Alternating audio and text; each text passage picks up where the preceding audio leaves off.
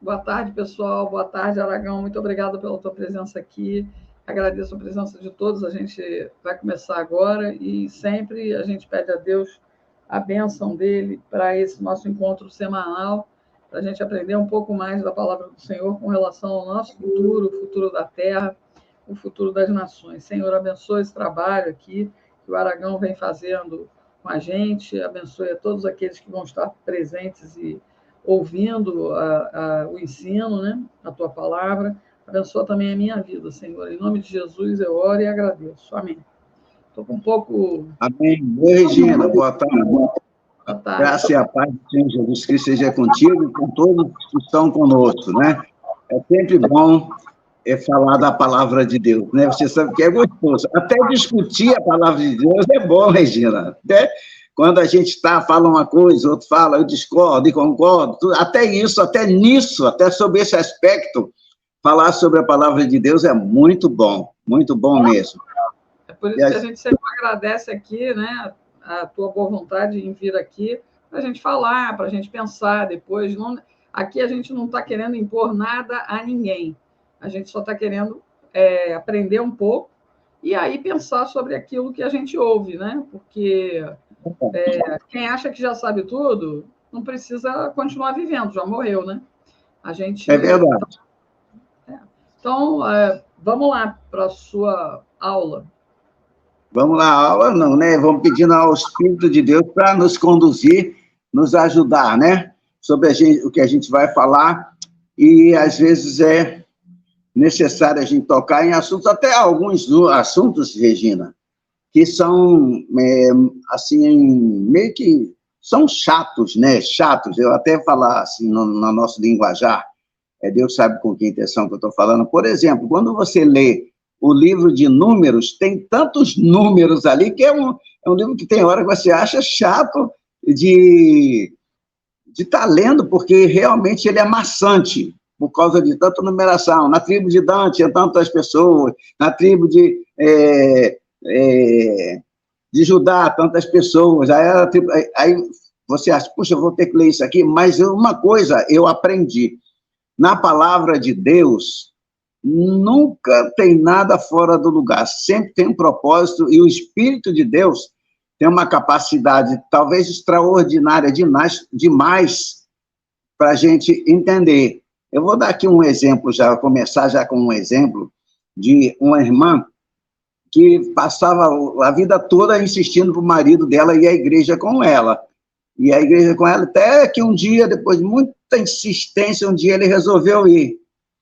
Aí, quando ele resolveu ir, chegou lá, o pastor, ao invés de pregar, ele foi na genealogia de Jesus Cristo e leu a genealogia de Jesus Cristo. Aí, quando você vai ler, meu Deus, que coisa chata, e fulano gerou ciclano, que gerou beltrano, aí aquela história toda e tudo, e a irmã ficou chateada, falou, puxa vida, o pastor podia ter dado uma pregação muito bonita, foi ler aquilo ali, ela não entendeu nada, e está voltando. Aí voltando para casa com o marido, o marido falou assim, ô mulher, não estou te entendendo. Ela, o que você não está entendendo? Você passou a vida toda insistindo para eu vir à igreja, hoje eu vim com você, para ver você voltar alegre, satisfeita, e você está de cara fechada, emburrada, o que está acontecendo? O que está acontecendo? Aí ela virou e falou, não, o pastor leu lá, aí ele falou assim, é verdade, o pastor leu, quem são aqueles lá? Aí ele perguntou, e ela disse, é a genealogia de Jesus Cristo, aí, e de repente ele falou assim, quem me dera o meu nome pudesse constar daquela lista. Eu gostaria muito de pertencer àquela lista. Quer dizer, o Espírito Santo usou algo que ninguém iria imaginar que pudesse ser usado, que poderia ser útil para trazer alguém para se interessar por Jesus Cristo. A Bíblia é assim.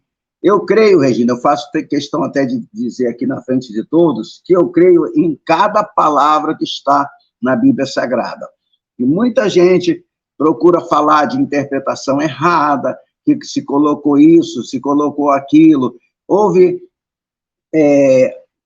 há alguma alguma palavra mal traduzida, não é nada que vá atrapalhar no plano da salvação. Eu vou dar um exemplo, não é que fosse mal traduzida. Quando quem crer, está em português, quem crer e for batizado será salvo. Quem crer e for batizado será salvo. A palavra crer aí está se referindo à fé. Só que o Novo Testamento foi escrito em grego. Crer, a palavra crer é pistis, em grego, pistis. E a Bíblia diz, está em português, quem crer e for batizado. Quando a gente vai para o original grego, está assim, quem tiver fé e for batizado, será salvo. Aí vem uma pergunta lógica, será que ter fé é a mesma coisa que crer? Como é que apareceu o crer? Quem crê? Quando Jerônimo, São Jerônimo, como chamado pela Igreja Católica, foi traduzir a pedido do Papa do grego para o latim, ele reclamou um pouco. Ele falou com o Papa, não devo fazer isso, que eu vou ter que mexer em algumas palavras. Mas com a insistência do Papa, ele traduziu, aliás, até uma excelente tradução, a Vulgata Latina. Só que aí, na Vulgata Latina, quando ela estava sendo ainda feita, né, vamos dizer assim, por São Jerônimo, ele traduzindo, na palavra pistis, quando ele falou pistis, fé, em grego, para fé, em latim, passou a ser fide, que em português, fé. Então, aquele que crê, aí vamos, o grego, quem tiver fé, for batizado, será salvo. Ter fé, em grego, é pisteuen, é uma língua declinável. Então, pisteuen significa ter fé. Quando Jerônimo ele foi traduzir pisteuen para latim, não existia uma locução correlata, uma locução que fosse equivalente a pisteuen. Aí, como não existia esse equivalente para ter fé, ele utilizou o verbo latino credere, que traduzido é crer. Qual é a diferença? Credere significa ter boa vontade para com. E pistis, em grego, significa andar em sintonia com Deus. Então, crer é uma coisa. Eu creio que Deus pode transformar essa água em vinho. Pode. Eu creio que ele pode. Eu creio. Agora ele diz assim para mim, olha, Deus fala assim, Aragão, fala aí para todo mundo que essa água será transformada em vinho. Aí eu digo aqui, gente, Deus vai transformar essa água em vinho aqui agora. Ué, por que eu disse isso? Porque eu estou querendo aparecer? Não, porque Deus me mandou dizer isto. Então, se eu disser assim, pela palavra de Deus, a água realmente será transformada em vinho. Como é, entendeu? Como a gente pode entender isso? Pensa num rádio, né? Nem se usa mais rádio daqueles antigos, mas tem aí rádio FM 104.7. Então, se o meu rádio está desligado, não recebe nada. A rádio está funcionando normalmente, dia e noite, está funcionando. Eu estou com o meu aparelho aqui em casa, ele está desligado, ela não recebe as ondas sonoras. Mas eu liguei, ela pode receber ondas sonoras de qualquer lugar. Mas se eu tiver, vamos dizer, lá na Rádio Melodia, no Rio de Janeiro, 95.7 ou 93.5, faz tanto tempo que eu não sintonizo nessa rádio que eu não me lembro, mas vamos botar 93.5. Se eu quiser ouvir, a melodia está funcionando, as ondas estão vindo, mas o meu rádio não está recebendo porque eu estou na 94.1. Digamos que exista, não sei se tem essa frequência. Estou na 94.1, não recebo, não ouço a melodia. Aí eu mexo lá no botão sintonizador e vou. Quando passar pelo ponto exato, eu falei aqui 93.5, quando chegar em 93.5, aí eu ouço o rapaz lá da melodia dizendo, estamos dando início ao debate melodia. Quer dizer, aí eu digo, meu rádio creu. Creu porque está sintonizado, ele recebeu as ondas sonoras. Como assim? Deus está falando conosco todo dia, toda hora, Regina. E por que a gente não ouve ele falar? Porque a gente não está sintonizado com Deus. Nós estamos, às vezes, prestando atenção, você prestando atenção. E, meu Deus, como é que será que está a glicose e a glicemia do Marco Aurélio agora? Ou então, como é que eu faço para não ter a minha live derrubada? Você está entendeu? Está preocupado com outra coisa. E eu aqui, onde será que está a Rosa nesse momento? Quer dizer, a minha mente está em outro lugar. Não estou em sintonia com Deus. Na hora que eu me voltar para Deus, que eu for sintonizado com Deus, eu ouvirei Deus dizendo assim: rapaz, volta para a palavra. Eu quero que o povo ouça a palavra. Para de historinha. Então, sintonizar, ter fé, pistes é andar em sintonia com Deus. Não sei se você lembra, quando o profeta Elias desafiou os profetas da rainha Jezabel. Rainha Jezabel e o rei Acabe. Nós temos até no Brasil o rei Acabe e a rainha Jezabel, viu? Nós temos. Aí Elias desafiou os profetas da rainha Jezabel. Eles eram 850, tem gente que fala que é 450, mas eram 400 de um tipo e 450 de outro. E Elias desafiou, e o desafio de Elias foi o seguinte: olha, nós vamos nos reunir, vamos saber, vocês estão dizendo que Baal é Deus? Baal traduzido também é Senhor, viu? Significa Senhor. Vocês estão dizendo que Baal é Deus, e eu digo que só o Senhor é Deus. Vamos fazer o seguinte: vocês fazem um sacrifício, vocês clamam, e se Baal responder, fazendo cair fogo do céu e consumir o sacrifício de vocês, Baal é Deus. E se eu clamar ao Senhor, e o Senhor responder, fazendo cair fogo do céu e consumir o meu sacrifício, então só o Senhor é Deus. Ele fez isso, e vamos diminuir aqui o tempo para poder entrar em outras coisas, em outros assuntos aqui, mas veja só. Então, aconteceu um momento que eles começaram de madrugada, eles clamavam a Baal, e Baal nada, eles se cortavam com canivetes, só para trazer para a linguagem de hoje, se cortavam, sangrando, oferecendo a Baal, chamava, e Elias chegou até a debochar deles. Elias disse assim: clamem mais alto, pode ser que Baal estivesse cansado e foi dormir, não estava ouvindo vocês, clamem mais alto. Aí foi até a parte da tarde, o início da tarde, aí chegou a hora de Elias, né, já que o Baal deles não tinha respondido, Elias falou assim, preparou o altar, né, ele reparou, está escrito biblicamente, está escrito na Bíblia, ele reparou primeiro o altar. Ora, se a gente quer que Deus nos ouça, a gente tem que reparar o altar de Deus no nosso coração, temos que ver o que tem no nosso coração que impede da gente ter uma comunhão perfeita com Deus. Elias reparou o altar. Depois que ele reparou o altar, ele ofereceu o sacrifício dele, aí ele faz a oração dele. Olha na oração dele: Senhor, para que eles saibam que tudo isso eu fiz de acordo com o que o Senhor me mandou.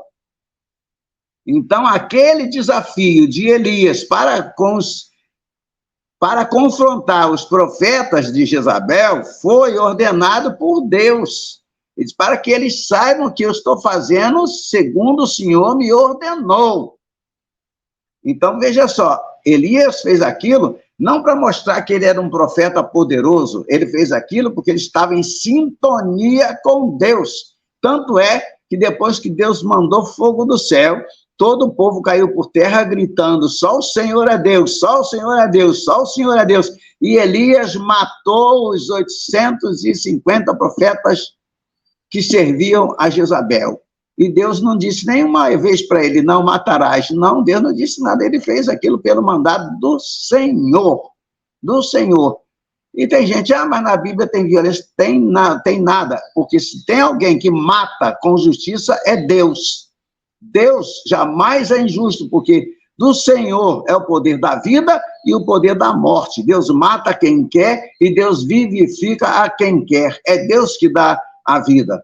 Se não me engano, é o Salmo 71, eu faço sempre confusão se é o 71 ou o 102, que ele diz assim, tu me tiraste do ventre materno tu me tiraste.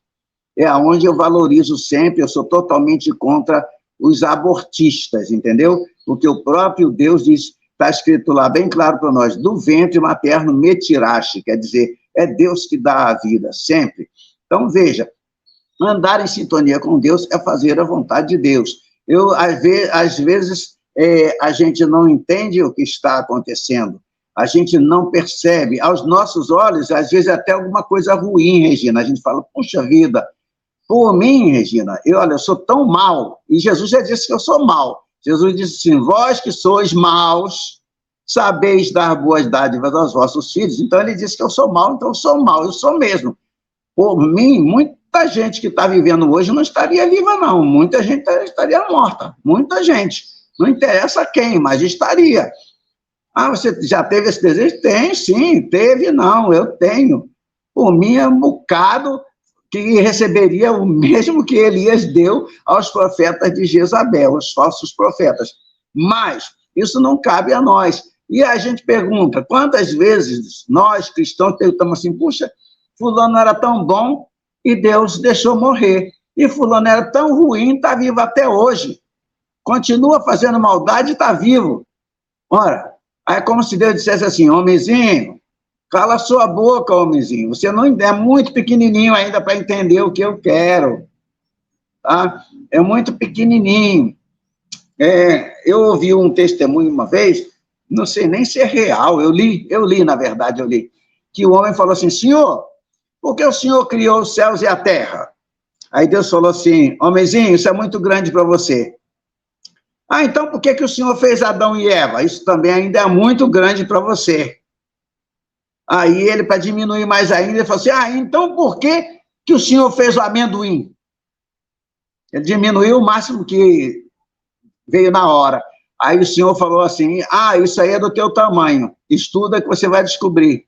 Aí o homem foi estudar e descobriu 350 propriedades existentes no amendoim.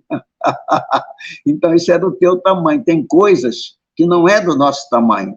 Tem coisas que a gente não entende e não vai entender tão cedo. Mas eu gostaria, como o caso, eu não entendo, por exemplo, tem muito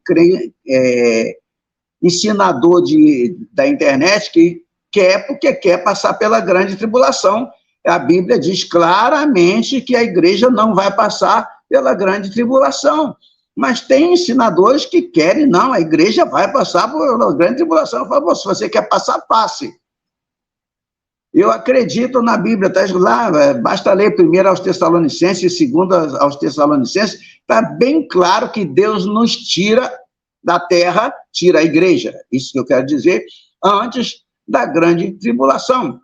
E eles confundem a grande tribulação com a última metade da 70ª semana de Daniel. Nós poderemos ver isso numa outra ocasião. Nós estávamos falando sobre a união dos países para formar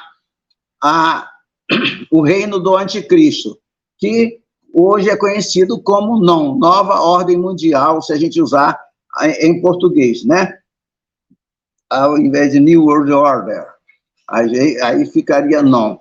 E eu diria, né, eu gostaria de dizer o seguinte, aliás, chegamos até a dizer, eu já pedi para você ler, e eu já deixei aberto aqui, eu vou ler aqui, chamar a atenção para as mesmas palavras.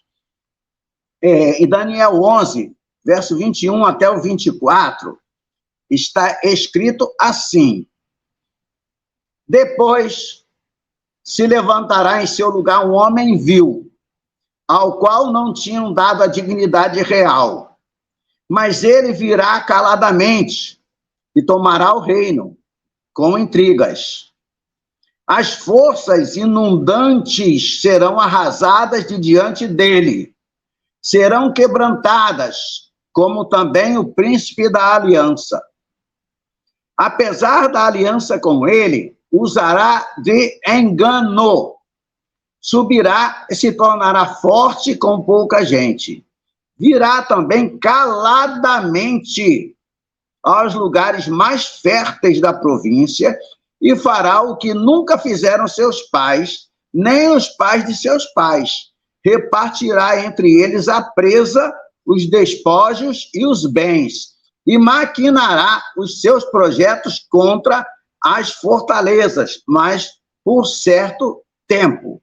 Então, nós já citamos isso, nós já lemos, né, a repetição aí fortalece, e é bom lembrar que em lives passadas nós lemos esses versículos. Agora, a gente deve prestar atenção, e eu também chamei a atenção sobre isso nas lives passadas, sobre as palavras caladamente, intrigas e engano. São palavras que se parecem muito com o que é dito hoje nos discursos dos políticos em campanha, que fazem todo, isso estou me referindo ao mundo inteiro, tá? Não estou dizendo que é aqui no Brasil, mas em todos os lugares. Então, são palavras e métodos usados pelos políticos em campanha, que fazem todo o possível para mostrar aos seus eleitores, mostrar em potencial que somente eles são capazes de resolver os problemas do mundo.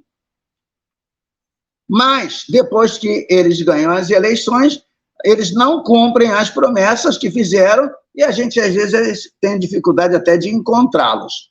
O anticristo, ele será tão bem-sucedido que todas as nações do mundo irão adorá-lo. Por que falar do anticristo? Porque ele é o ditador mundial, ele é quem vai governar a nova ordem mundial. A gente tem um protótipo da nova ordem mundial na ONU. Na ONU, é quem o principal lá, se achando o direito de mandar em tudo. Eu vou reclamar? Com quem? Com ele. Então, o anticristo será o ditador mundial. E o povo vai amar esse ditador mundial. Sob a inspiração do Espírito Santo, o apóstolo Paulo escreveu lá em 1 Tessalonicenses 2,4, onde eu falei sobre Tessalonicenses. Você já leu também aí, para você quiser até ler de novo, é bom para a gente relembrar.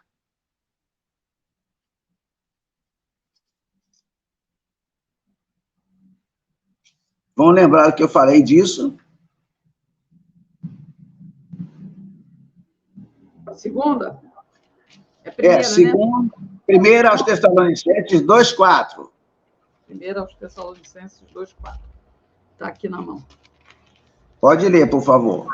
1 aos Tessalonicenses 2,4. Está aqui. Ao contrário, como homens aprovados por Deus para nos confiar o evangelho. Não. 2,4. Primeira, 2,4. 1 aos Tessalonicenses? É assim? É o ministério de Paulo em Tessalônica. Ué, o meu está assim, o qual se opõe e se levanta. Será que eu anotei errado? Aqui, ó, vou ler aqui. Irmãos, vocês mesmos sabem que a visita que lhes fizemos não foi inútil, apesar de termos sido maltratados e insultados em Filipos. Como vocês sabem, com a ajuda do nosso Deus, tivemos coragem de anunciar-lhes o evangelho de Deus em meio a muita luta. O 3 é, pois, nossa exortação não tem origem no erro, nem nos motivos impuros, nem temos intenção de enganá-los. Eu devo ter anotado errado. 2 aos Tessalonicenses, desculpa. Eu que anotei errado. 2,4. Aqui em 2,4 está o seguinte. Este se opõe e se exalta acima de tudo o que se chama Deus, ou é objeto de adoração, chegando até a assentar-se no santuário de Deus, proclamando que ele mesmo é Deus. Obrigado, Regina. E peço a todo mundo aí que me desculpe aí que eu anotei errado aqui, tá? 2 aos Tessalonicenses 2,4, o qual se opõe e se levanta contra tudo que se chama Deus. Então, veja bem, ele não é ateu, ele não é ateu, porque ele se levanta contra Deus, então ele não é ateu. O anticristo, esse ditador, não é ateu. A gente já joga o ateísmo aí para fora. O objeto de culto, você leu, a ponto de assentar-se no santuário de Deus, aí eu me lembro que eu disse aqui, que para se assentar no santuário de Deus, o santuário de Deus tem que existir. Não está se referindo à Basílica de São Pedro, lá em Roma, não, onde o Papa se assenta. Ali não é o santuário de Deus. Ali pode até ser o santuário de uma grande religião, mas não é o santuário de Deus, ostentando-se como se fosse o próprio Deus. Aí a gente vê, através dessas palavras deixadas para nós pelo apóstolo Paulo, que a batalha do Armagedon só poderá ocorrer depois que a paz global tenha sido estabelecida. E não é isso o que está acontecendo hoje. Agora, como eu citei a catástrofe, né? Ou seja, o terrorismo, o ataque terrorista lá contra os Estados Unidos, naquela época lá, né, do 11 de setembro, né, como eu citei, eu vou dizer uma coisa, que durante aquele ataque terrorista, nós aprendemos que esses tais terroristas que atuaram naquela época eram pessoas totalmente dedicadas à sua religião. Totalmente. Religião. Eles deram suas vidas pela causa que defendiam. E esse tipo de comportamento é difícil de ser visto nos tempos de hoje, nos tempos de agora, muito difícil, né? Tanto é que nós tivemos situações aí que todas as religiões se trancaram, ao invés de se colocarem à exposição, se trancaram, fugiram. Mas aqueles, por causa da sua religião, eles deram a sua vida pela sua religião. Mesmo que em alguns feriados que relembram alguma guerra, nós possamos escutar declarações assim, eles deram vida pelo país. Esse sentimento não é verdadeiro, Regina. Por quê? Porque o soldado que luta numa guerra, ele nunca dá a vida pelo seu país. Nunca. A sua vida é tirada pelo inimigo. Não foi ele que entregou, é o inimigo que tira a vida dele. E o que acontece? Soldados enfrentam soldados. Uns matam e outros morrem. Ninguém sai por aí dizendo assim, irei morrer pelo meu país. Ninguém faz isso. Vou morrer pelo meu país. Demonstrando que deliberadamente deseja abrir mão da sua vida. Ao invés disso, ao contrário, né? Cada soldado espera e deseja que, quando tudo estiver acabado, ele possa retornar para casa em segurança. Mas os terroristas, a que me refiro, eles não hesitam ou não hesitaram em dar as suas vidas pela sua causa. E isto nos coloca diante de um inimigo totalmente novo, a respeito de quem a maior parte do mundo nunca pensou seriamente antes daquele 11 de setembro. Nunca se pensou nisso. Olha aqui uma coisa interessante. Durante a Guerra do Golfo, nós tivemos entre aspas, uma prévia, que não foi necessariamente o cumprimento real da profecia, da palavra de Deus. Não foi necessariamente o cumprimento daquela palavra que diz assim, oferecem o poder e a autoridade que possuem, oferecem a besta. As nações vão fazer isso através da nova ordem mundial, oferecer. Mas não foi bem o cumprimento. Mas uma coisa que eu gostaria de lembrar, talvez parecida, quem sabe, essa foi uma das coisas mais difíceis de serem realizadas. Qual? Que coisa que você está falando, pastor? Eu quero falar de unir todos os exércitos do mundo, inclusive alguns árabes,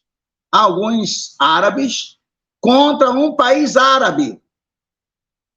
Olha, Regina, pegar alguém do Ocidente, convencer países árabes a se levantarem contra outro país árabe, é quase que impossível uma coisa dessa. Quase que impossível. Mas eles conseguiram levantar as outras nações, inclusive nações árabes, contra um país árabe. Que país árabe? O Iraque, governado pelo ditador Saddam Hussein.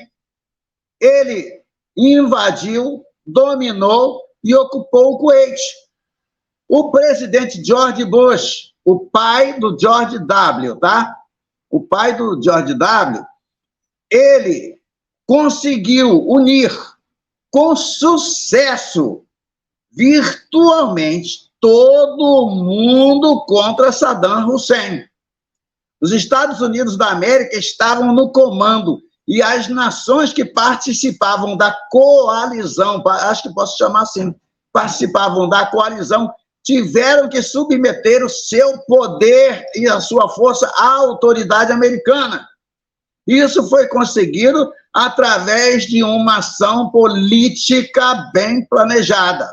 E todos nós sabemos que demorou 6 meses, por volta de 6 meses, acredito, até que as forças militares conseguissem ser mobilizadas para a operação chamada de Tempestade no Deserto. Coloquem entre aspas, abram aspas, Tempestade no Deserto, fecha aspas. Eu sei que esse talvez não seja o melhor exemplo, porque o maligno realmente era Saddam Hussein e o resto do mundo liderado pelos Estados Unidos. Tinham uma causa legítima, que era estabelecer, ou restabelecer, fica melhor, restabelecer a segurança naquela região e buscar a paz mundial. Mas trata-se de uma amostra das coisas que vão acontecer numa escala muito maior. Aquilo aconteceu, se reuniram contra um único país. E a gente, quando lê Zacarias, a gente lê Deus dizendo que ele, no fim dos tempos, ele vai levantar todas as nações contra Israel, porque Israel serve como uma pedra de tropeço para as nações em geral. Eu gostaria ainda de que fosse lido, eu vou pedir a tua ajuda, Regina, porque o profeta Daniel fala sobre o último império mundial do governante final, tá? O governante final é o anticristo, ao qual todo mundo vai entregar o seu poder e a sua força voluntariamente. É Daniel 7:7. Daniel 7:7.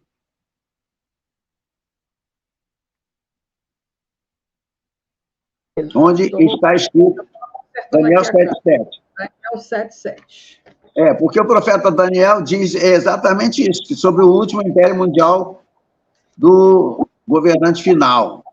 Todo mundo vai entregar o seu poder e a sua força voluntariamente a esse ditador mundial. Leia, por favor, Daniel 7:7. Em minha visão, à noite, vi ainda um quarto animal aterrorizante, assustador e muito poderoso.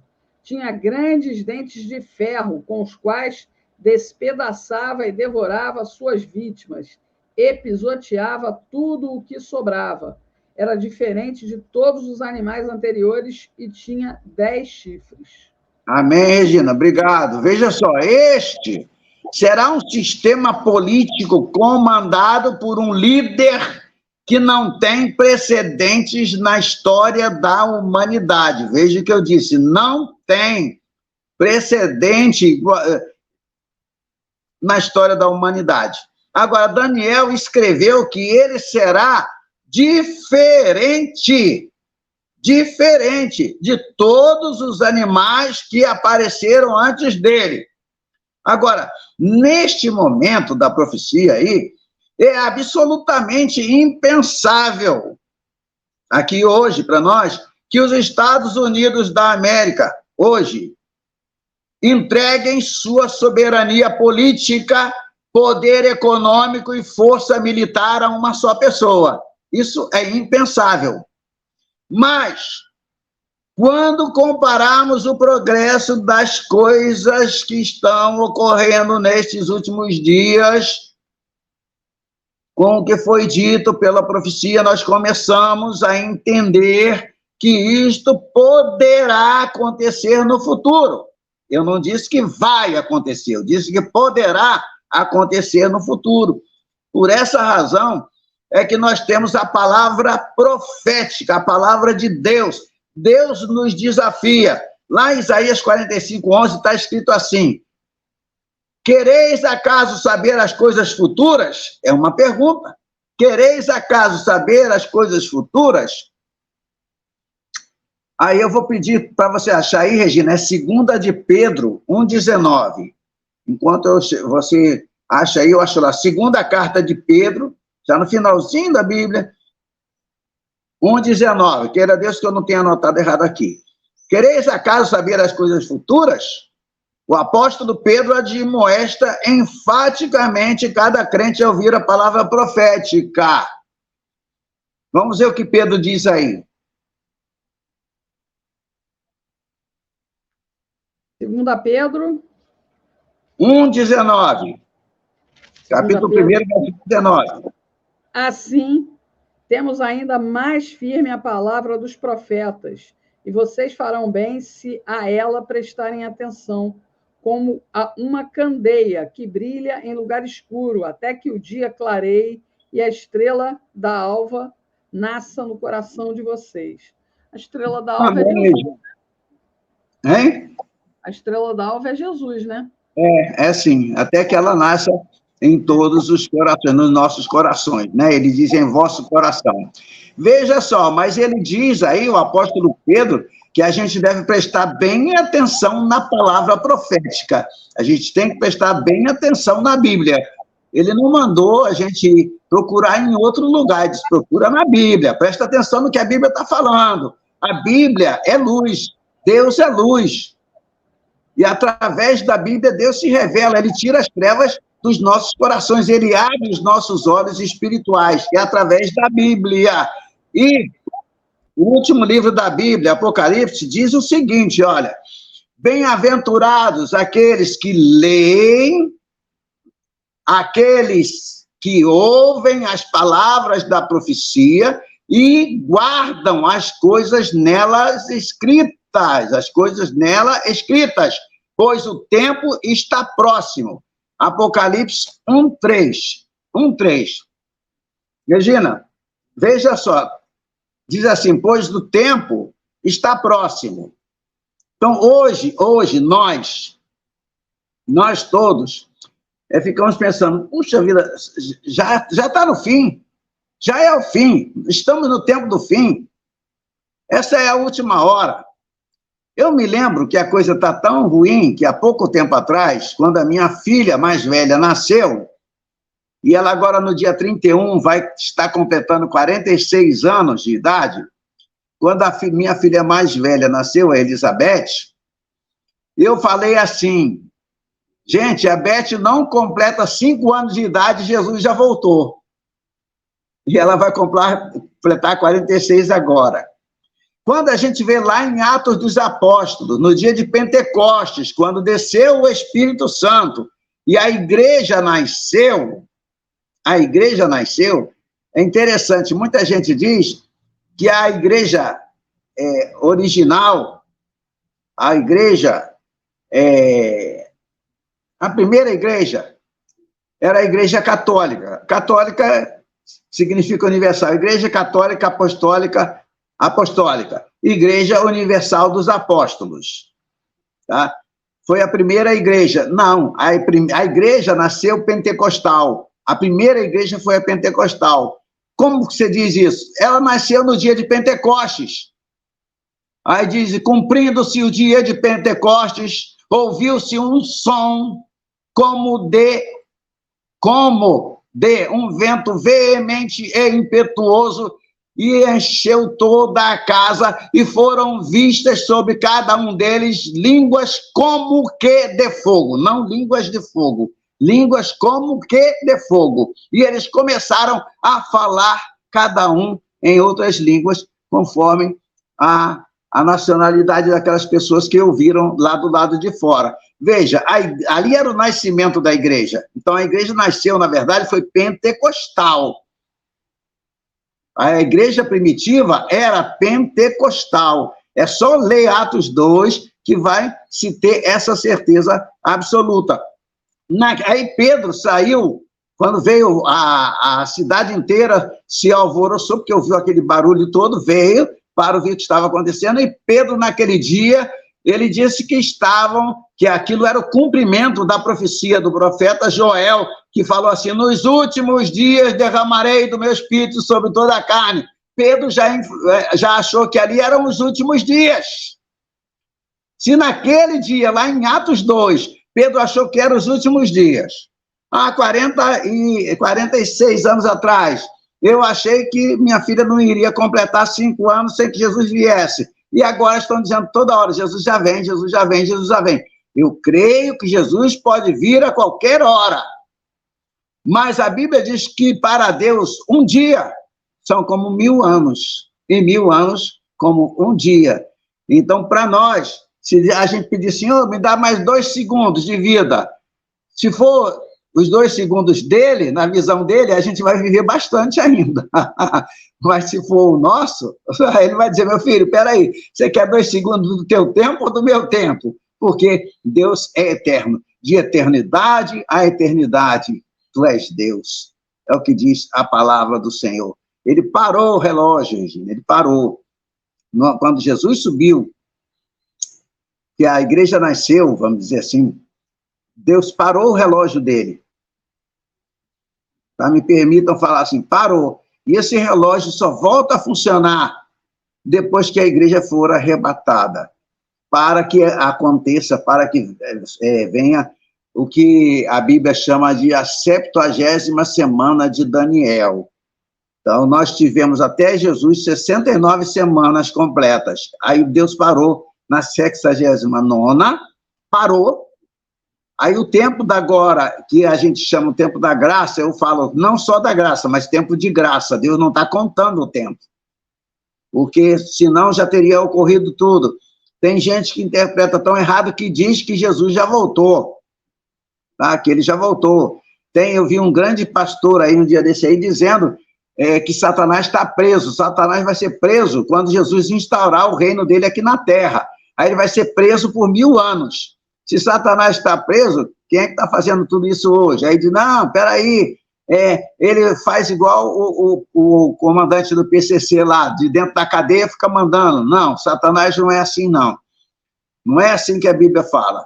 Mateus 25, 31 em diante, diz que Jesus vai se assentar ali, o rei vai mandar colocar todas as nações à sua presença, entendeu? E vai colocar uns à direita, outros à esquerda, e é nesse tempo. Ali é o início do reino milenial de Cristo. Por que chamado milenial? Porque dura 1000 anos. Que alguém fala assim, eu não acredito no milênio. Gente, se vai ter um reino de 1000 anos, como é que a gente pode chamar isso? Não é Mateus 25, 31 que fala?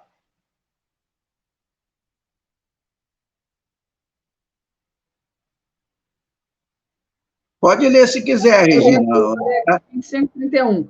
Quando o Filho do Homem vier em sua glória, com todos os anjos, assentar-se-á em seu trono na glória celestial.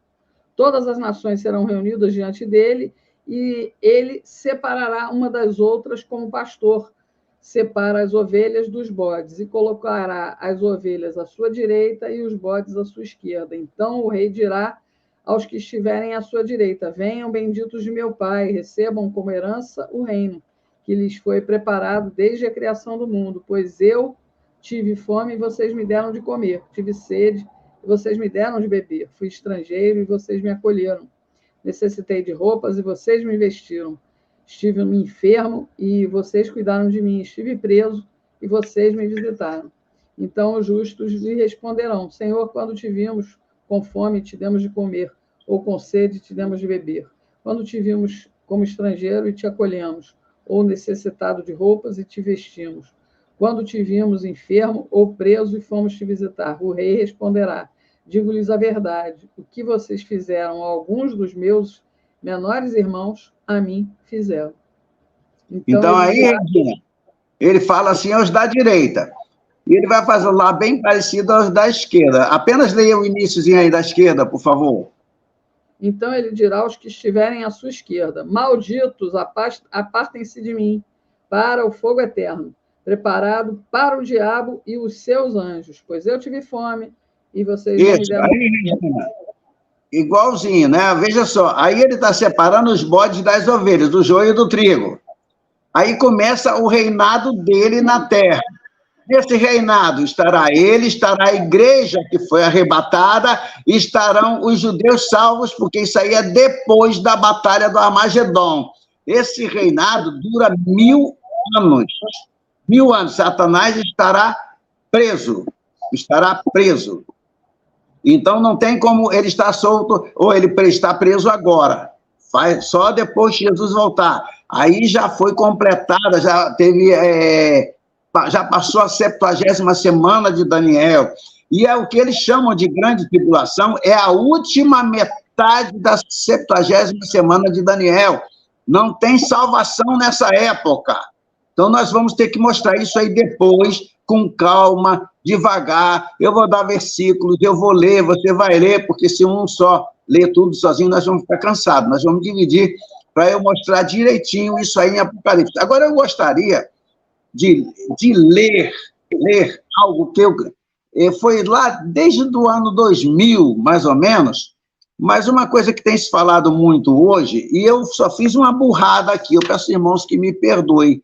Eu anotei o nome do camarada, mas eu não anotei a data que foi essa entrevista. Aí eu até procurei, o nome dele é Jerry Brown, aparece, mas aí ele aparece bem antes, como um escritor, bem antes. Eu não consegui para colocar ali a data, mas veja só que coisa interessante. Hoje se fala muito em inteligência artificial, não é? E a gente quer ver inteligência artificial legal, é só assistir um filme, o Homem de Ferro, né? O Homem de Ferro, ele dá um berro lá, a armadura sai voando e veste ele caindo de um prédio de talvez centenas de andares. Mas veja só, eu quero ler para os irmãos um pouquinho só. Eu estou lendo aqui, tá? Isso aqui não é meu, não. Foi uma entrevista com um especialista em informática chamado Jerry Brown. Veja só, olha a pergunta, tem aqui pergunta e resposta. É muito interessante pelo que a gente está vendo hoje. Eu estou aqui, Regina, falando com você está falando comigo, estamos falando com outros que estão nos assistindo. Eu nem sei quanto tempo tem que existe já o celular. Mais ou menos. Você está sem som?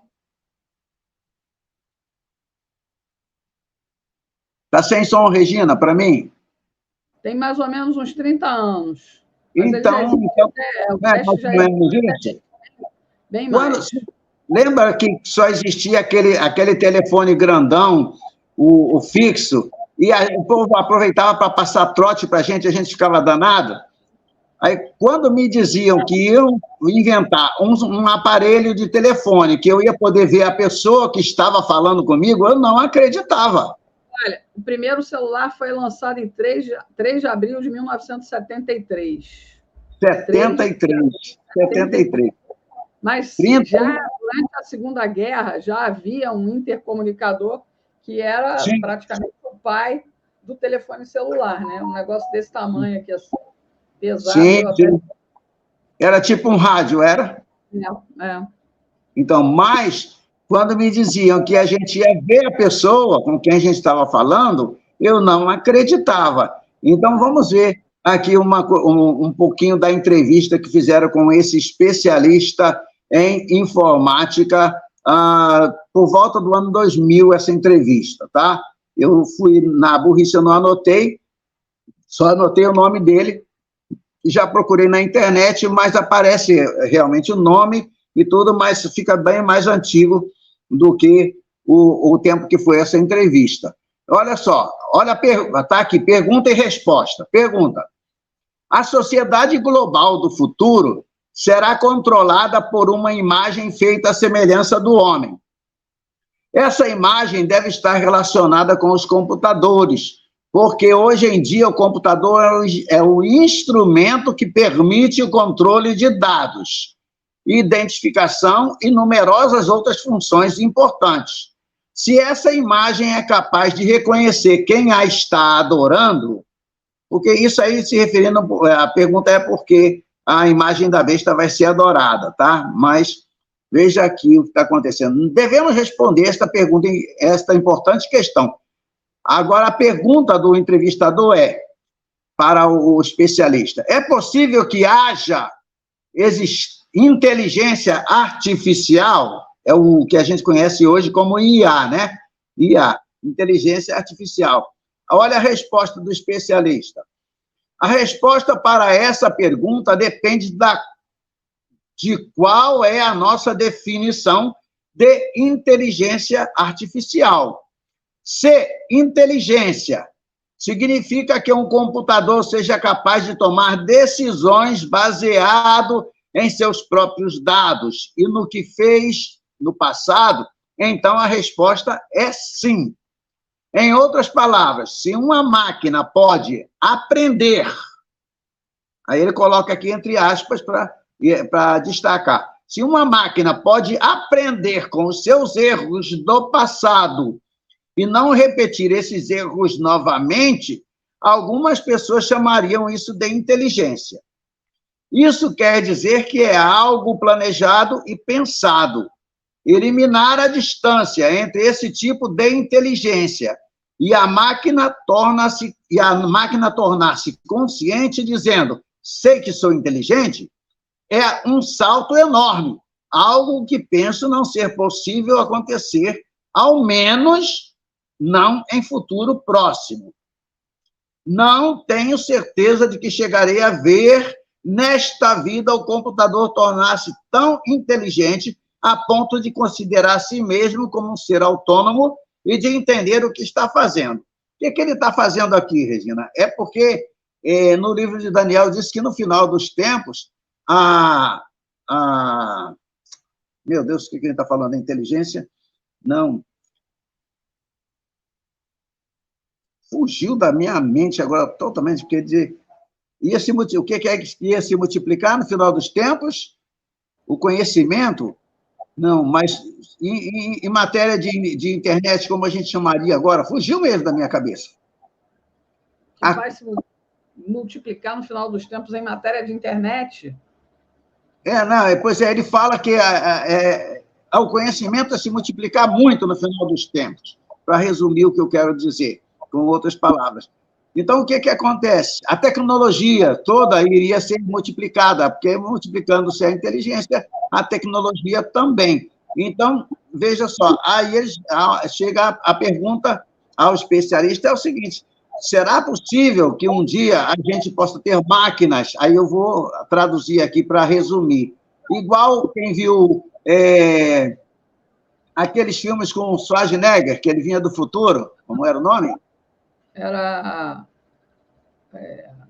Peraí, o Albebeck, né? O Exterminador do Futuro. O Exterminador do Futuro. Eram máquinas que pensavam, máquinas que agiam. Aí eles vêm perguntando aqui, o entrevistador, ao especialista, se era possível que máquinas viessem pensar por si mesmas. Aí ele vem dizendo aqui, diga. Eu não estava me atentando muito sobre essa história de IA, mas com isso que você falou agora, eu pensei o seguinte, eu acredito, eu não sou especialista em TI, mas eu acredito, porque o nível de idiotização do ser humano está tão grande que é capaz realmente que se coloque todo o volume de conhecimento desenvolvido até agora numa máquina central e ela seja incutida em outras máquinas. Porque o ser humano, eu sei que nós somos criaturas de Deus, mas se você prestar bastante atenção, Aragão, até por conta da facilidade da comunicação através de celular, através da internet, o ser humano está se infantilizando, imbecilizando, está se deixando tornar completamente vulgar. Então, eu acho que, a continuar desse jeito, eu acho que a tendência, eu não sei a resposta que o cara deu, mas, para mim, é possível. Veja só o que ele diz aqui, olha. Ele fala um bocado de coisa que eu vou pular e eu vou ler aqui a pergunta, ó. Neste exato momento da nossa história, lembra que eu falei que isso aqui tem mais de 20 anos, tá? Tem mais de 20 anos. Neste exato momento de nossa história, além de compartilhar informações, um computador pode aprender alguma coisa com outro computador? E se pode, como? Resposta do especialista. A chave é a transferência de dados. Você acabou de falar sobre isso aí. Quando você reúne um monte de peças e chips, forma basicamente uma máquina vazia. Se você fizer a transferência de dados para aquele computador, então fará com que ele se torne, entre aspas, inteligente. Pense sobre o seu computador usando o sistema operacional Windows. Na verdade, ele se utiliza de um programa reproduzido de outro computador. Pode ter sido através de um CD utilizado para passar as informações, mas ainda assim é a mesma lógica criada em outro lugar que você coloca no seu computador. O programa faz com que o seu sistema seja preciso, aí ele diz aqui, ó, até certo ponto, sendo assim capaz de executar o mesmo programa do computador onde foi originado. Antes desse processo começar, o seu computador era literalmente burro. Ele tinha a capacidade de receber conhecimento, mas depois de um novo software ser instalado, de repente o computador ficou esperto. Outra pergunta, isso quer dizer que eu posso continuar colocando mais informações no meu computador até que ele fique mais esperto do que eu? Olha agora aqui que é interessante. Mais esperto do que eu? O especialista responde, eu acho que agora é a hora de falarmos mais especificamente sobre a inteligência artificial. As máquinas são espertas? Eu não sei quanto a você, mas eu sou constantemente corrigido por calculadoras e corretores ortográficos. Isso, aí ele pergunta, isso faz com que o computador seja esperto? Não. Ele é mais esperto do que eu? De maneira alguma. Algum dia ele poderá ficar mais esperto do que eu? Aí ele responde assim, ó, com certeza. Continua. Eu posso introduzir enormes quantidades de espertezas, ele colocou entre aspas, específicas no meu computador. Ele joga xadrez muito melhor do que eu jamais conseguiria. Ou melhor dizendo, ele analisa os movimentos do jogo melhor do que eu. Mas o meu computador não joga. Ele não tem consciência. Eu posso programar o computador para imprimir as palavras. Eu estou consciente. E posso até mesmo programá-lo a argumentar que está consciente, mas, na melhor das hipóteses, isso será uma simulação. Os computadores pensam, entre aspas, manipulando os algarismos 0 e 1. A gente sabe desse binário, né? Do 0 e 1. Mas os números por si mesmos não têm significado algum. Eles só têm significado porque nós o atribuímos a eles. Deixe-me explicar de uma outra maneira. O computador não sabe o que está fazendo. Ele apenas ordena os zeros e uns, né, os dois algarismos, o algarismo 0 e o algarismo 1. Em sua estrutura básica, o computador é apenas uma pilha de circuitos eletrônicos que mudam rapidamente seus níveis de voltagem. Pode solucionar problemas matemáticos, mas não sabe nada sobre matemática. Eu sou mais esperto. Aí ele diz, eu sou mais esperto que o hamster o ratinho. O hamster do meu filho. O hamster do meu filho é mais esperto do que qualquer computador com o que eu já trabalhei. Todos os computadores com o que eu já trabalhei podem fazer algo melhor do que eu, seja lá o que forem programados para fazer. Mas o computador nunca será mais esperto do que um hamster. Até o dia em que um computador venha a sobrepujar o animal de estimação do meu filho, não vou considerá-lo artificialmente inteligente. Talvez ele possa ser descrito como um simulador de pensador.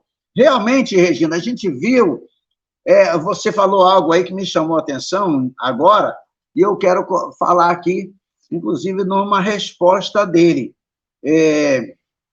Aqui, ó. Os computadores de hoje são suficientemente poderosos para realizar conversações ou traduzir de uma língua para outra enquanto você fala?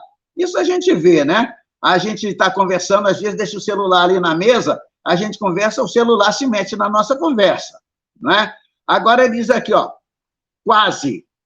O poder atual dos computadores capacita-os a fazerem o reconhecimento de voz. Mesmo que o software ainda tenha defeitos, o hardware é capaz de fazê-lo facilmente. Tudo depende de como a programação é feita para que ele seja mais acurado. Isso requer que o computador seja capaz de entender que o seu perfil é diferente do meu. Então, já te dou a palavra, Regina. Então, se o seu computador reproduz o que você fala, baseado no seu sotaque, ele não conseguirá me entender, porque eu falo de um modo diferente. Agora, isso aqui é o que eu queria frisar, porque você tocou aí, foi muito proveitoso o que você falou para mim. A Torre de Babel está sendo reconstruída. Ele falou isso há 20 anos atrás. Sendo reconstruída, mas ao invés de usar tijolos e cimento, estamos usando silício. Muito em breve você terá a capacidade de dizer, computador, me diga, isso a gente vê hoje, olha só, o cara lá, 20 anos atrás, falou assim, computador, me diga como está o tempo em Berlim e envie uma mensagem para a Regina Vilela em alemão, desejando-lhe feliz aniversário. Ora, hoje a gente já consegue fazer isso, né? Se você perguntar aí agora qual a temperatura no Rio de Janeiro, vai te dizer que está com 25 graus. Mas isso, Regina, eu não creio. Eu sei da inteligência artificial, mas eu creio que nunca, jamais, uma máquina, ela faz cálculos muito mais rápido do que nós. Tem contas matemáticas aí, se a gente perguntar, a gente vai levar um tempo para fazer. Tu jogou na calculadora, ele dá na mesma hora. Se perguntar ao Google, dá na mesma hora. Mas, se é mais inteligente do que nós é que programamos a máquina para que ela faça aquilo, né? E você ia falar alguma coisa aí que eu queria ler isso aqui, eu gostaria de ouvir. Você falou do reconhecimento da voz. Agora, há umas 2 semanas, lançaram um comercial da Volkswagen com a Elis Regina cantando com a filha dela, né?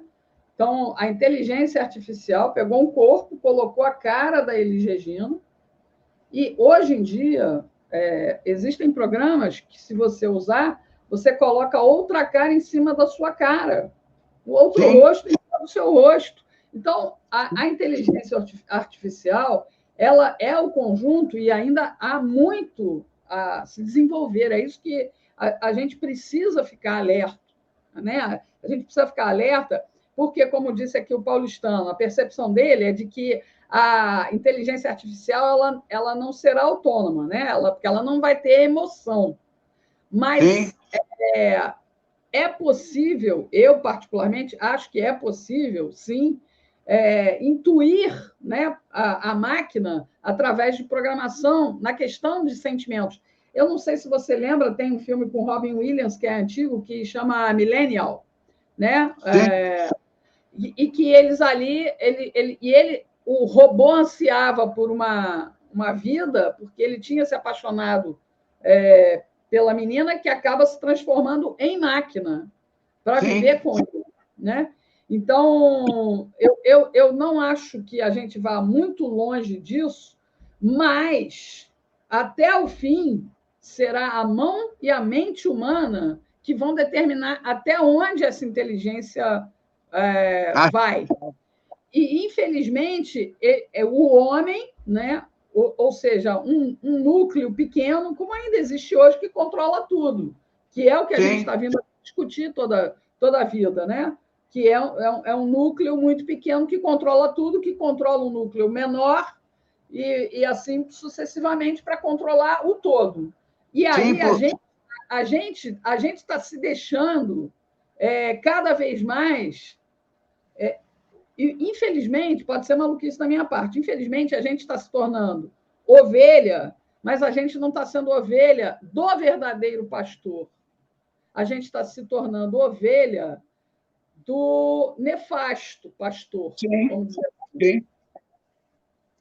Como vamos lutar contra isso? Se cada vez mais essa tecnologia faz com que as pessoas, eu me coloco nisso, né? Eu não estou nesse processo, eu sou ovelha de Jesus. Eu não quero sair desse aprisco. Agora, eu sou uma minoria ainda, né? Como você. Na verdade, Regina, a gente está vendo uma explosão grande de tecnologia. E aí, o que está acontecendo nos laboratórios dos cientistas em todo o mundo hoje?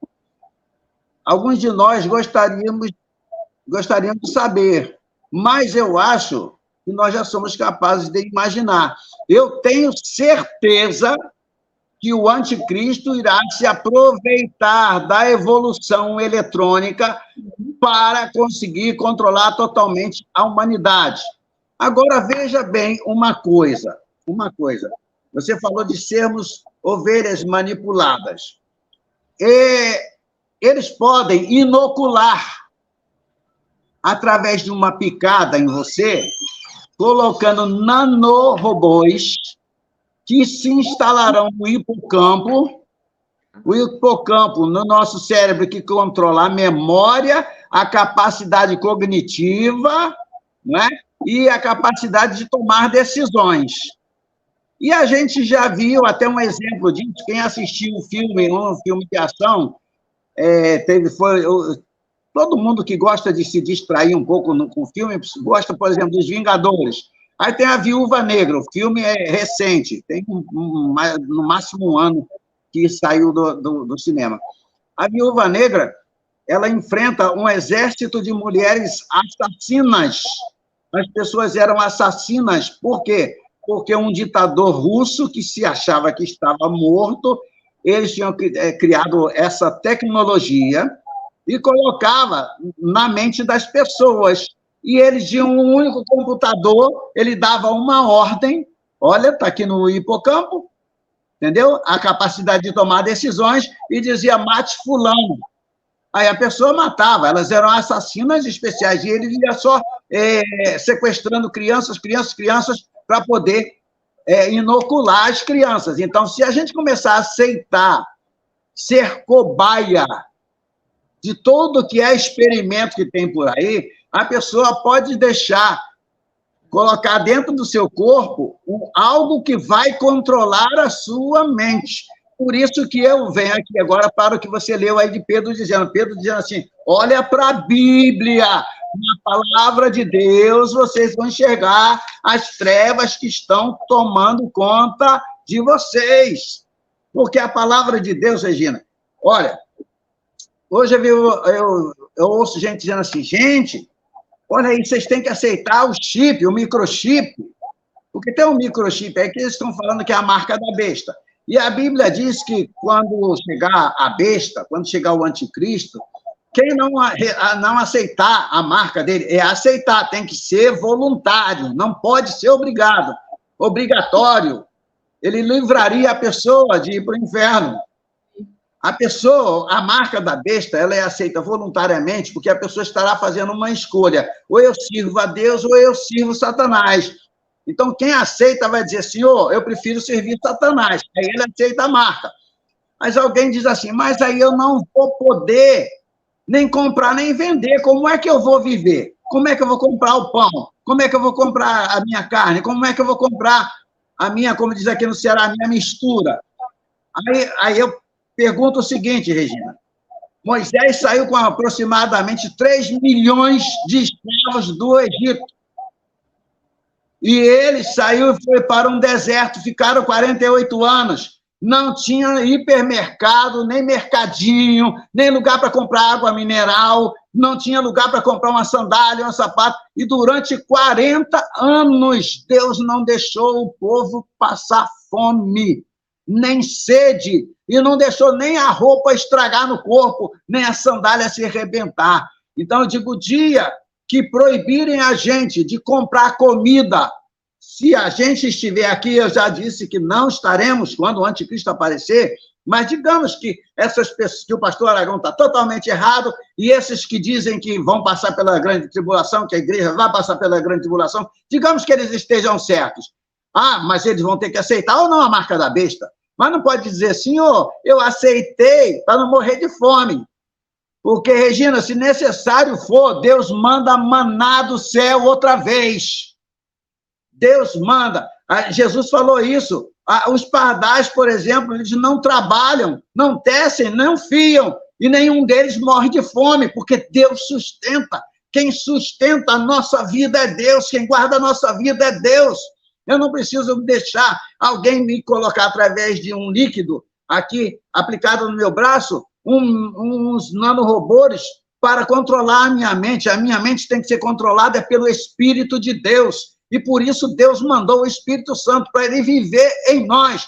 Que anticristo que nada, tem é o Cristo verdadeiro, tem o Messias que foi enviado para a igreja, ele foi enviado para os seus não o receberam, ele foi enviado para o que era seu, mas os seus não o receberam. Não o receberam por quê? Porque era plano de Deus criar a igreja, e a igreja está aí. Agora, a igreja está contaminada? Tá. Você, não sei se você lembra, você já observou na Bíblia, quando era praticada, não, festejada a Páscoa, eles comiam pães ázimos. Pães ázimos são pães sem fermento. O fermento, só que hoje, quando a gente participa da ceia em qualquer igreja, a gente come pão com fermento. O fermento na Bíblia simboliza o mal. Então, a gente tem que orar ali, a gente tem que orar para que Deus abençoe aquele pão que é feito hoje, diferente, para representar o corpo de Cristo, o pão, o corpo de Cristo. O povo se confunde na ceia, porque a ceia é quando você come o pão. Porque quando você faz a leitura da ceia, primeiro você come o pão, participa do pão. Aí depois a Bíblia está escrito assim, depois de ter ceado, aí vem o vinho. Vem o vinho, depois de ter ceado. Então, o que acontece? Por que o nosso pão tem ali fermento? O fermento simboliza o mal que existe dentro da igreja. Toda igreja verdadeira tem joio. Na parábola do joio, diz que ele plantou boa semente, aí veio um inimigo, enquanto todos dormiam, e no meio da boa semente ele semeou o joio. Igreja que não tem joio não é verdadeira. Então, Deus vai tirar uma igreja de dentro da igreja visível que nós temos aí. O que é que faz com que a igreja seja poderosa? A igreja invisível que está dentro dela. Os verdadeiros cristãos que não contaminam a igreja através de suas atitudes malignas, atitudes perniciosas, se entrosando até com governos sujos, imundos, que debocham de Deus.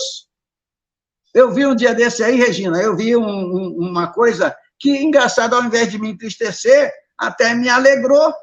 Tem uma classe de pessoas vivendo hoje em dia, no Brasil, que você não pode falar nada contra eles. No mundo, você sabe qual é. Não se pode falar nada contra eles. Agora, eles estão se reunindo porque eles estão querendo lançar um deles da presidência da República, que eles acham que eles têm que ter um representante deles sentado na cadeira da presidência. Fizeram uma campanha muito grande, não sei, uma reunião muito grande com muitos deles, dizendo, nós temos que concorrer à presidência da República. Olha, tomara que eles cresçam. Porque quando eles tentam isso, aí é que lembra de quando o povo inimigo de Josafá, que era o rei de Judá, o povo inimigo veio e Judá não sabia mais o que fazer, Deus jogou inimigo contra inimigo. Quem é inimigo da igreja é inimigo de Deus. Paulo chamava na época Saulo de Tarso, ele perseguia a igreja. De repente, Jesus parou Saulo e disse, Saulo, Saulo, por que me persegues? Então, a gente vê, Regina, que está levantada já uma perseguição, pelo menos no coração de muita gente, contra a igreja do Senhor. Só que eles não param para pensar que é impossível destruir o que é indestrutível. É impossível abalar o que é inabalável. A igreja é Cristo. Ué, como assim? Estou me referindo à igreja verdadeira, não estou falando de denominações. Por que a igreja é Cristo? Porque eu e você e todos os que são cristãos, nós fazemos parte do corpo de Cristo, mas a cabeça é Cristo. Um corpo sem cabeça não vale de nada, e uma cabeça sem corpo também não serve para nada. Então, junto com a cabeça, nós somos Cristo. Me permita dizer, a igreja verdadeira tem o poder de Cristo, ela só precisa ter consciência que o poder dela é o poder de Cristo, o amor dela é o amor de Cristo, o poder seja de salvar, é de Cristo. Cristo salva através da igreja, Cristo transforma através da igreja, Cristo faz milagres hoje através da igreja. Ele veio aqui ensinar como era, ele veio aqui para que eu e você soubéssemos que nós somos filhos de Deus. Aí ele diz, olha, se vós estiverdes em mim, e a minha palavra estiver em vós, pedireis qualquer coisa e será feito. Qualquer coisa e será feito.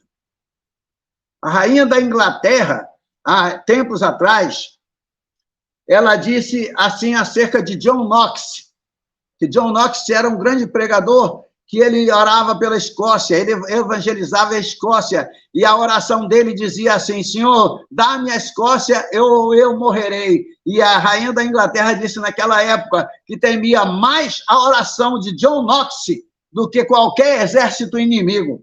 Por quê? Porque o crente tem que saber que Deus ouve a oração, que Deus responde a oração, que a nossa arma está na oração. E aí, se fechar minha boca, eu só vou parar de orar, Regina, no dia que der um tiro na minha cabeça, explodir a minha cabeça. Porque você, de boca fechada, você tem uma mente para orar. Deus está em nós. Eu envia, não se turbe o vosso coração. João 14, verso 1. Não se turbe o vosso coração. Credes em Deus. Vocês já creem em Deus.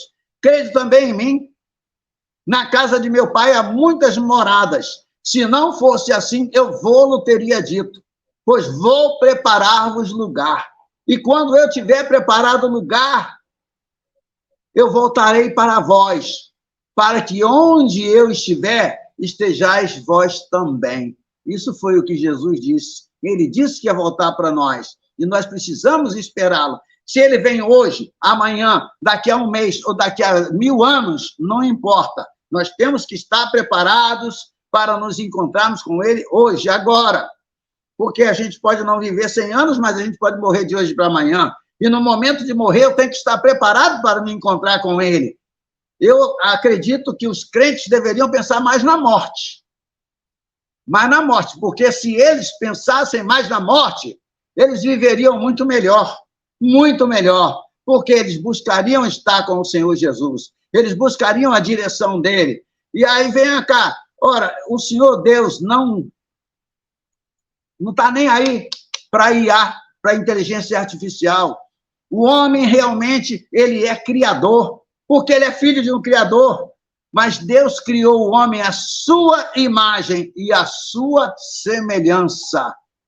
Tá certo? Se ele criou o homem à sua imagem e à sua semelhança, ele não criou para cair como escravo nas mãos de ninguém, não. Ele nos deu liberdade e é ele mesmo que vai manter. Morrerá quem ele quiser que morra, e a Bíblia diz que preciosa é aos olhos do Senhor a morte dos seus santos. Mataram cristãos a vida inteira. Tem gente querendo destruir o cristianismo. Alguém disse que até daqui a 1 ano e meio vai entrar em vigor uma lei aí que vai ser proibido pregar o evangelho. Aí eu digo o seguinte, o Império Romano não conseguiu destruir a igreja. Você acha que um bobão aí qualquer, seja ele quem foi, tenha o nome que tiver, vai destruir o indestrutível? Jamais. Never, never, never. Não, a minha... Eu acho que a gente não tem nem que ficar nessa angústia pelo outro, não é? A gente, quando eu digo isso, que há 2 rebanhos, porque é o que diz na palavra, você não pode servir a 2 senhores. Você tem que escolher um. Só que você vê gente nova, gente inteligente emburrecendo, né? E aí eu, no alto dos meus 61 anos, quando eu olho assim, aí eu digo assim, puxa vida, se eu soubesse, quando eu tinha a idade daquela moça, daquele rapaz, o que eu sei hoje, o que eu tenho hoje com Cristo na minha vida, eu não estaria fazendo aquilo, eu estaria, naquela idade, procurando Jesus, procurando... Eu sei que eu vim para ele no tempo dele, eu sei disso, mas dentro de mim vai ser sempre aquela insatisfação de não ter aproveitado mais, desfrutado mais da presença do Senhor na minha vida. Porque sempre fica essa sensação, eu não acredito que nenhum cristão deixe de ter essa sensação. Puxa vida, eu podia ter aproveitado muito mais do Senhor se eu tivesse te conhecido antes, né? Tem sempre essa sensação. E aí você vai olhando para as coisas, principalmente por internet, aí você vai pensando, caramba, será que essas pessoas não veem que existe algo mais além desse materialismo, dessa vaidade, dessa zona, dessa zoeira que essas pessoas estão transformando a vida delas, e o desperdício que né? Muitos acabam... Eu creio realmente que o tempo é do Senhor, né? Para o bem ou para o mal, o tempo pertence a Deus. Mas uma vida que se perde numa droga, outra vida que se perde na prostituição, outra vida que se perde, sabe, nas coisas do mundo, e que você... Eu acho que Deus ali interfere, diz assim, não, chega, não é mais para você aqui, né? Vamos cantar para subir aí e tal, não é para estar. Mas eu tenho, assim, é o meu coração, né? Não chega a ser dó, é um lamento pelo desperdício da vida, que é uma bênção do Senhor, que é um dom que Deus nos dá, é a nossa vida, é a nossa capacidade de, né, ter esse entendimento, de buscar esse entendimento. Eu fico, às vezes, lembrando aqui de Salomão, a gente precisa encerrar, mas, enfim, eu fico aqui pensando em Salomão, quando ele sonhou e depois pediu a Deus sabedoria, né? O quanto Deus acrescentou à vida dele, o quanto ele cresceu, ainda que lá na frente ele tenha meio que se desvirtuado, mas como Deus abençoou a vida dele quando ele ainda jovem, como Deus abençoou Davi ainda jovem, como Deus abençoou Raquel, como Deus abençoou Ruth. É impressionante, né? E tudo se prova. E aí você fica pensando, pô, se Deus abençoou aqui, Deus abençoou ali, e se Deus tem me abençoado agora e tudo mais, puxa vida, como teria sido bom, né? Para aquelas pessoas ali que estão perdidas. E aí você ora, porque eu acho que a obrigação da gente, né, é você orar para que Deus alcance essas pessoas. Ou para você me ajudou muito, você me ajudou muito nisso aí que você disse, porque você sabe que uma máquina, por mais aperfeiçoada que ela seja, ela nunca vai dizer assim, antes eu poderia ter sido isso, eu gostaria de ter sido assim. Aí está a superioridade do ser humano feito à imagem e semelhança de Deus. Verdade. Mas, Não é? Né? A vontade, acho que a vida vai seguindo aqui na Terra, porque a gente fica vendo ameaças em tudo quanto é canto. Elas existem? Sim, elas existem. Mas a gente tem que procurar as nossas defesas. E hoje, por acaso, eu coloquei no Facebook exatamente uma das do Salmo 34, né? Que é exatamente você buscar o Senhor, que diz assim, eu botei lá no meu Face, o Senhor redime a vida dos seus servos, ninguém que nele se refugia será condenado. E teve uma outra que eu li também hoje, né? Não tenha medo, eu sou o seu Deus, né? Não tema. 365 vezes a Bíblia diz, não tenha medo. E aí, quando você vê toda a criação do universo, eu até compartilhei o link, eu mandei para você, eu acho, a farsa da viagem à Lua. Acho que vale a pena as pessoas, por mais que Mas aí tem um negócio chamado Cinturão de Van Halen. Eu estava assistindo com o Marco Aurélio. Aí tem uma coisa chamada Cinturão de Van Halen, que a radiação é tamanha, é 1 trilhão de vezes mais forte que o raio-x. Então, Não existe motor no mundo que tivesse força para carregar o chumbo necessário para botar uma nave lá. Pode ter certeza disso.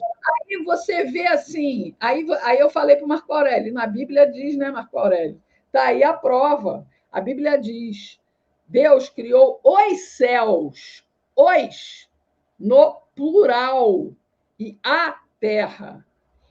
Um Deus único, que é tão maravilhoso, que criou uma terra, que criou os céus, né? Aí você fica vendo assim, e esse Deus ainda se preocupa comigo. Que coisa maravilhosa, como ele é generoso, como ele é maravilhoso, como ele todo dia tem que ser honrado, glorificado, adorado, declarado. Aí você fica pensando assim, e as pessoas vão sendo manipuladas, e aí se deixam. Eu vou postar aqui o link uma série de vídeos, você pode ver direto, né? Ou não, mas vale a pena para a gente entender, porque até nessa dúvida que os caras colocam, que não é um cara brasileiro, mas há toda uma corrente mundial de duvidar, porque você... Aí neguinho vem do que está aqui. Eu nunca acreditei que o homem foi à Lua, exatamente, sabe por quê? Você vai tirar um raio-x de um dente, por causa da radiação, o dentista se esconde lá atrás, de uma proteção de chumbo, lá atrás, distante de você. A nave espacial teria que passar por um cinturão de radiação muito poderoso, e não teria como cobrir, não teria como impulsionar uma nave até lá. E o engraçado é que, naquela época, já tinha pau de selfie, né? Porque na hora que o primeiro astronauta desceu, a máquina estava filmando ele descer.